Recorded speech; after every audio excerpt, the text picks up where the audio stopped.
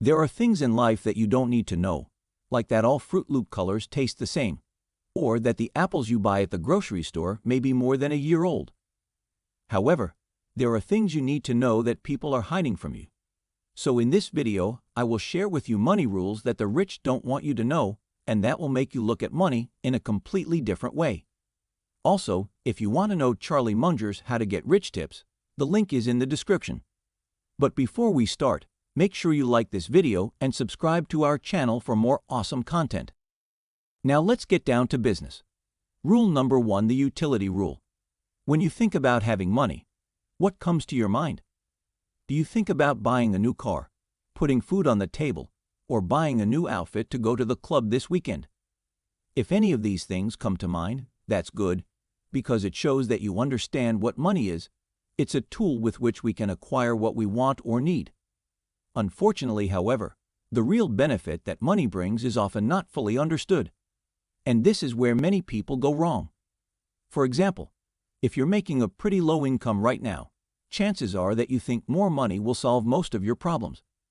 However, while money can solve money problems, it can also generate many others. For example, you are now earning twice as much as you used to. But you also work twice as much, which your partner doesn't like. And so you're facing relationship problems. In addition, because of your busy schedule, you haven't been to the gym in a month, and your usual tight pants have become too tight for you. This does not mean that you should not strive to earn more money. As long as you solve more problems than you create, you should gradually improve your overall quality of life. However, it is important to remember that there is not a single person on earth who does not have any problems. For example, if you are a millionaire, you may not worry about bills, but your family members may be constantly asking you for money. In addition, you may be worried about the thought that one day you may lose all your wealth that you have worked so hard for. So while you may strive to earn as much money as possible, never let yourself be fooled into thinking that with more money will come problems. Rule number 2, the time rule. Ask any rich person, and they will tell you that time is by far the most valuable resource we have. Unfortunately, most people don't understand how time affects wealth creation. And that's the reason most people will live their entire lives in a state of financial mediocrity. However, those who own time usually own money, and they do so by understanding 2 basic ideas that I want to share with you now. First, it is virtually impossible to trade time for money. This is in the case if you only trade your time. You and I only have a few hours in a day, and unless you're making an unthinkable amount of money per hour, it can be difficult to make a 6-figure income on your own. That's assuming you aim to make good money and get rich before you even have adult diapers. Another problem over time is that as we get older, we have less and less time to devote to making money. For example, when I was young and single, I could work 14 hours a day, no problem. However, when you have household and relationship responsibilities or have children, time is no longer a resource you can make the most of in order to get rich. That's why the richest people, when trying to build wealth, look beyond their 24 hours. If you look at the richest people on the Forbes list, they are all business owners who have used the time, capital, and experience of others. This is no coincidence. Does that mean you misunderstand the concept of time? Not at all. All this is to say that in order to become wealthy, you need to evaluate how your time affects your path to wealth. For example, it takes time to accumulate career experience that will allow you to climb the corporate ladder. It takes time to learn how to start up your first business and scale it to the revenue figures you want. And it definitely takes time to leverage the power of the stock market and compound interest to become rich. Just ask Warren Buffett once you wrap your head around how to capitalize on time, both your own and others. Building wealth becomes 10 times easier. One more thing, if you're enjoying the video so far, do me a huge favor and give this video a thumbs up. Thank you. Rule number 3, the rule of protection. Have you ever asked yourself why you work? Chances are it's not because you love listening to your coworkers telling you about their family drama or like working late in order to meet an unrealistic deadline. For most people, the answer is simple: you work to pay your bills and eventually retire. Sadly, while most people have the skill of accumulation in that they work for years to generate the income they need to meet these goals, They lack the skill of protection and extend their path to financial freedom more than they have to. So what does the skill of protection entail? It's fending off foes that want to take your money, and we face them every single day. It's the vacation your wife's been begging you to go on that will set you back 3 years of savings. It's the oversized home that your parents expect you to buy to uphold the family name. It's the $60,000 car that you hope will add some excitement back into your life. Each one of these are financial foes, separating you from your main goal of financial freedom. You see, anyone can go out and make money. What separates those who get and stay rich and those who struggle financially is how they manage the resources they have. This is important to internalize because just like you can't out-exercise a bad diet, you can't out-earn a spending problem. So the more protective you are of your money, the better. Rule number 4, the rule of minimal savings for the entirety of your life. You've been told to save your money. Your parents told you to save for a rainy day.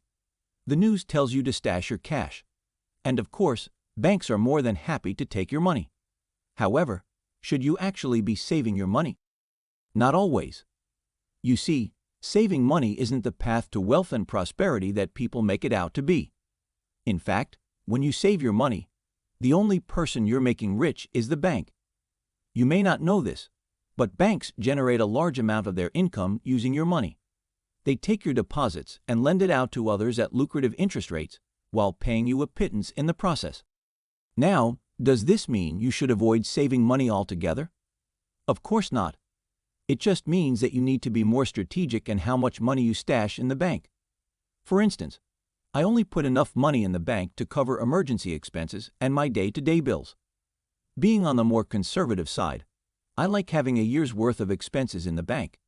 But a good goal for anyone just starting out is to have anywhere from 3 to 6 months set aside.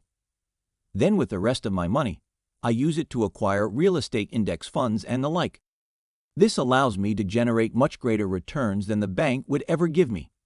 And it's for this reason that you want to minimize how much you save while in turn maximizing how much you invest. Rule number 5, the rule of expectation. If you're like most people and you've probably told yourself that once you hit a certain salary or net worth figure, you'll be happy. I know that I've told myself this thousands of times, yet what I've come to realize over time, and you may have to, is that getting to our stated goal never fully satisfies us. It simply causes us to push the goalpost further. For me personally, I told myself that once I made $80,000 a year at my job, I would be happy. However, once I got there, I decided that making $100,000 would be better, then $120,000, and so on and so forth. So is this to say that you shouldn't set financial goals for yourself? Not at all. However, pushing off, being happy into the future is a big mistake, and sadly, most of us continue to make this mistake day after day. Now, why is this important to realize?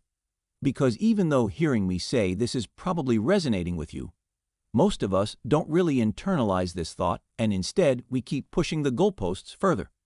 And what I've come to learn over time is that when our current state and expected state don't align, this is when frustration and discontent arise. For instance, let's say that last year you got a brand new job making $75,000 a year. This is the income you knew you deserved. So once those paychecks came rolling in, you were more than content. However, after a year of great performance and the acquisition of more experience, you're still making $75,000. But believe you should be making $80,000. All of a sudden your expectation is that you should be making $5,000 more, yet you're not. And this is when resentment starts to set in. This $5,000 discrepancy is what's known as your expectation gap. And as long as it exists, you'll never be happy. For instance, there are people making $150,000 a year who are unhappy because they think they should be making $200,000. On the contrary, there are people making $50,000 a year who are elated because they never expected to make more than $40,000 a year. Therefore, to be financially content, you need to close your expectation gap. You can do this by striving for more or simply desiring less. Whichever you choose is up to you, but chances are you won't be happy until you do. Well, the rich understand that being wealthy isn't about how many things you own, but how little things own you. Put another way, your level of wealth is tied to how free you are. And while it's great to have a fancy car or a big home, when these items start restricting your day-to-day lifestyle or have you living a certain way, all of a sudden they cut down your level of wealth regardless of how easily you can afford them. Therefore, to feel richer, regardless of how much you have, your goal should be to rid yourself of financial attachments, clear off your student and credit card debts, aim to be mortgage-free, and when you achieve these goals, you'll feel much richer than you presently are. Well, guys, thank you so much for watching. Let me know your thoughts down below.